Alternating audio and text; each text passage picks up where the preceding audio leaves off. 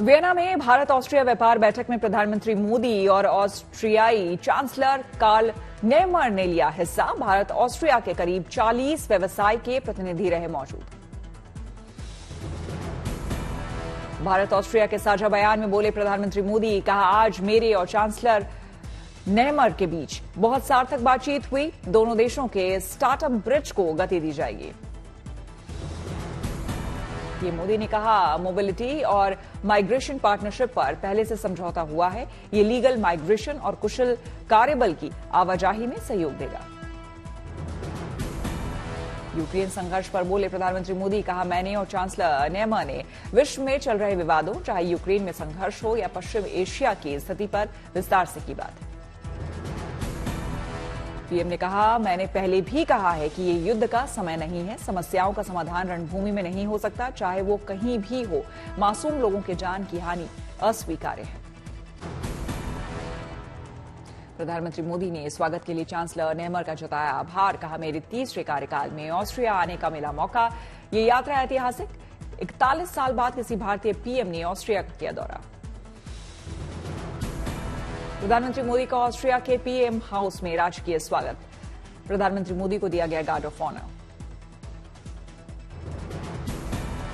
Austria के Vienna के संघीय चांसलरी में प्रतिनिधिमंडल स्तर की बैठक में शामिल हुए प्रधानमंत्री मोदी और चांसलर कार्ल नेमर। दोनों देशों ने कई अहम मुद्दों पर की चर्चा।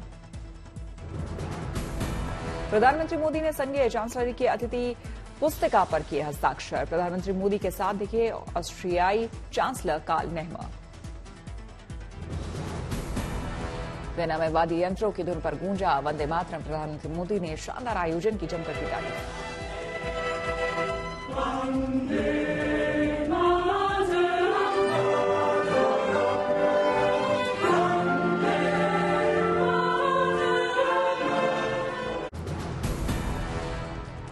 मुस्लिम महिलाओं को लेकर सुप्रीम कोर्ट का बड़ा फैसला। तलाकशुदा मुस्लिम महिला पति से गुजारा भत्ता लेने की हकदार।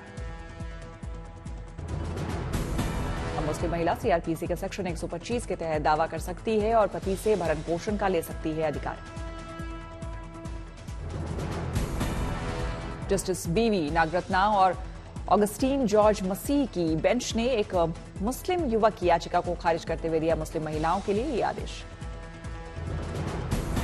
कोर्ट के मुताबिक अब मुस्लिम महिला के लिए तलाक पर अधिकारों का संरक्षण अधिनियम 1986 धर्मनिरपेक्ष कानून पर नहीं होगा हावी। सीआरपीसी की धारा 125 में भरण पोषण का प्रावधान है। इसके अनुसार कोई भी व्यक्ति जिसके पास अपना भरण पोषण करने के लिए पर्याप्त साधन है, वो पत्नी, बच्चों और माता पिता को भरण पोषण देने से इनकार नहीं कर सकता। नीट मामले में गुरुवार को सुप्रीम कोर्ट में सुनवाई। सीबीआई की स्टेटस रिपोर्ट और एनटीए के हलफनामे पर सर्वोच्च अदालत करेगी विचार। 3 दर्जन से ज्यादा याचिकाओं पर हो रही है बहस।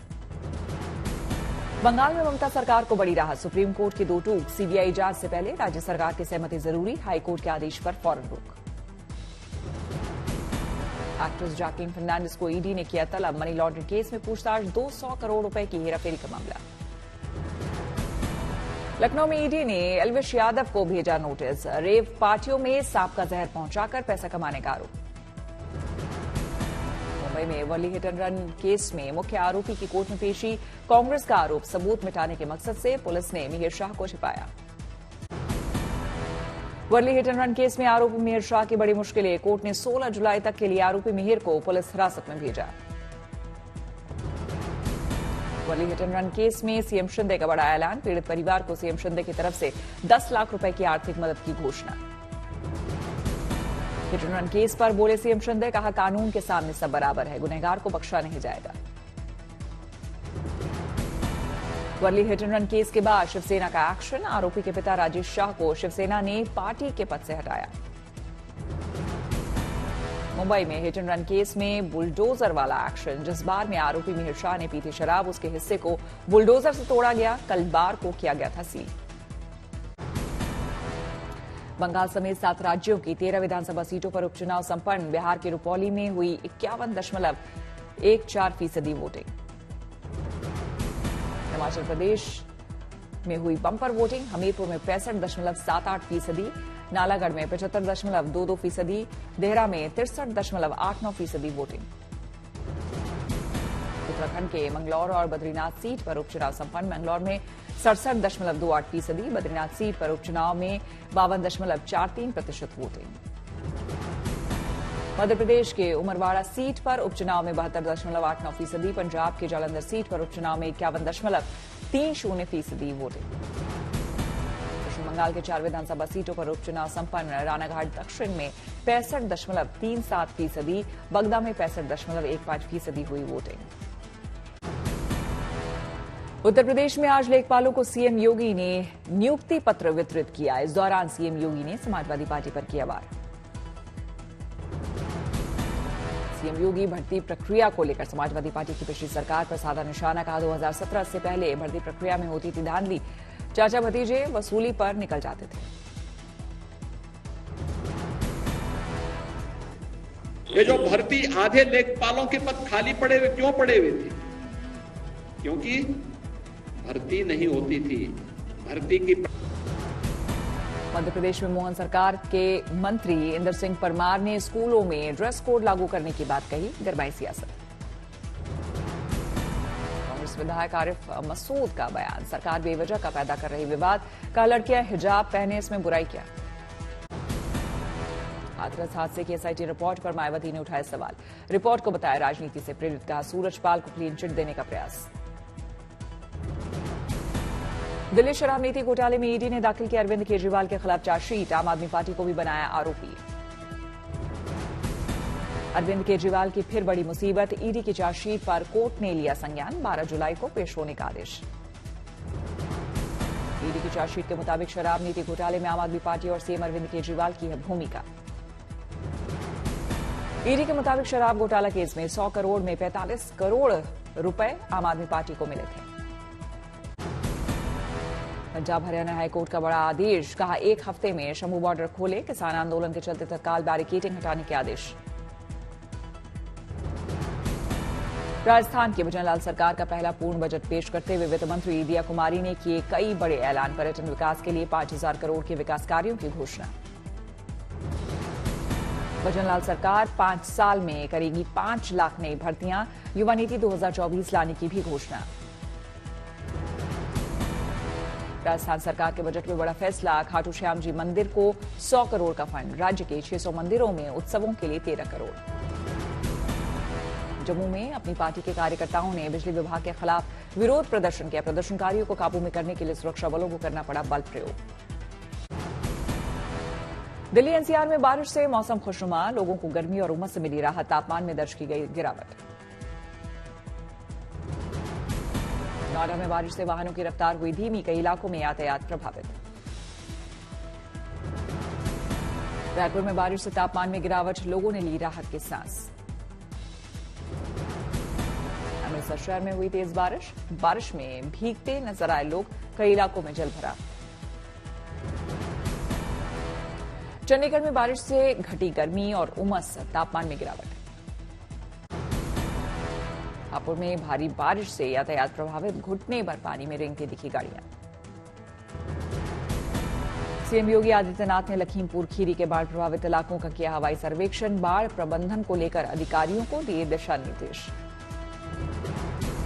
भारी बारिश से लखीमपुर खीरी के कई गांव हुए जलमग्न, सीएम योगी ने जमीनी स्तर पर एनडीआरएफ की टीम के साथ किया निरीक्षण। पीलीभीत में सीएम योगी आदित्यनाथ ने बाढ़ प्रभावित इलाकों का किया दौरा, स्थानीय लोगों की सुनी परेशानियां। बाराबंकी में बारिश से जनजीवन अस्त व्यस्त, यातायात प्रभावित होने की वजह से बेबस नजर आए लोग। सिक्किम में भारी बारिश से बेघर हुए लोग, उफान पर नदी नाले, राहत कैंप में रहने पर मजबूर हुए लोग।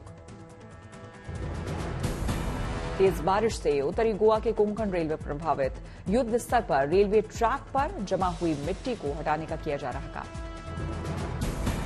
अत्यधिक बारिश की वजह से खटीमा के कई गांव जलमग्न, दूर दूर तक दिख रही बाढ़ की तस्वीरें। उधम सिंह नगर में तेज बारिश से कई लोगों के गिरे घर, टूटे घरों को फिर से जोड़ने में जुटे ग्रामीण। चमोली के पातालगंगा में लैंडस्लाइड, बड़ी नेशनल हाईवे पर यातायात ठप। काजीरंगा में बाढ़ के हालात में पहले से सुधार, 233 में से 56 वन शिविर अभी भी पानी में जलमग्न। बाढ़ में फंसे वन जीवों को बचाने की जद्दोजहद जारी। विकराल बाढ़ की चपेट में आ चुके 150 से अधिक जानवर। वन जीवों की सुरक्षा के लिए एसडीआरएफ की टीम ने भी संभाला मोर्चा। लापता हुए जानवरों की तलाश में जुटी वन विभाग की टीम। जख्मी जानवरों के इलाज के लिए भी टीम रवाना।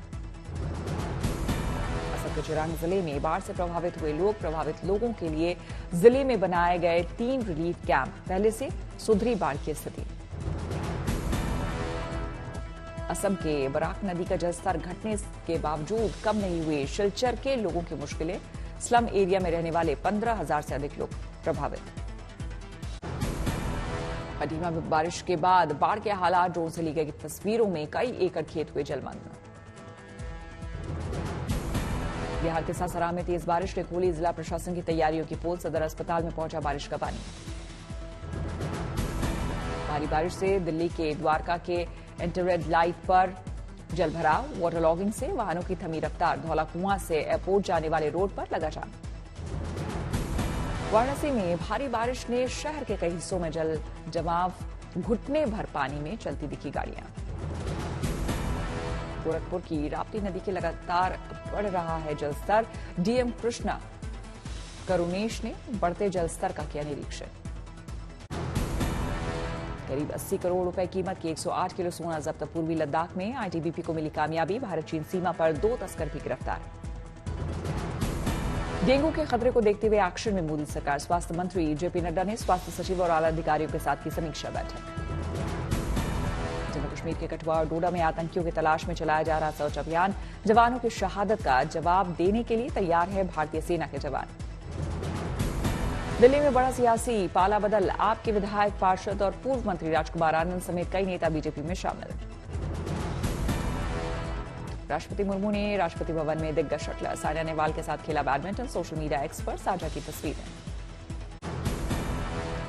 दिल्ली में श्री केदारनाथ धाम के भूमि पूजन समारोह का आयोजन। भूमि पूजन में शामिल हुए उत्तराखंड के सीएम पुष्कर सिंह धामी। मथुरा के बांके बिहारी मंदिर पहुंचे यूपी के चीफ सेक्रेटरी मनोज कुमार और डीजीपी प्रशांत कुमार। पूजा अर्चना कर सुरक्षा व्यवस्था का निरीक्षण कर की बड़ी बैठक। सावन के महीनों को लेकर वाराणसी के काशी विश्वनाथ मंदिर में तैयारी तेज। शिव भक्तों के सुगम दर्शन के लिए तैयारी की जा रही। पश्चिम बंगाल के राज्यपाल सीवी बोस ने मशहूर गायिका उषा उत्थुप और उनके परिवार के सदस्यों से की मुलाकात। सिंगर उषा उत्थुप ने राज्यपाल सीवी बोस का लिया आशीर्वाद। सीएम नीतीश कुमार ने पटना के मरीन ड्राइव के 3रे फेज का किया शुभारंभ। इंजीनियर की थपथपाई पीठ। बोले बन जाने के बाद लोगों को होगी सुविधा।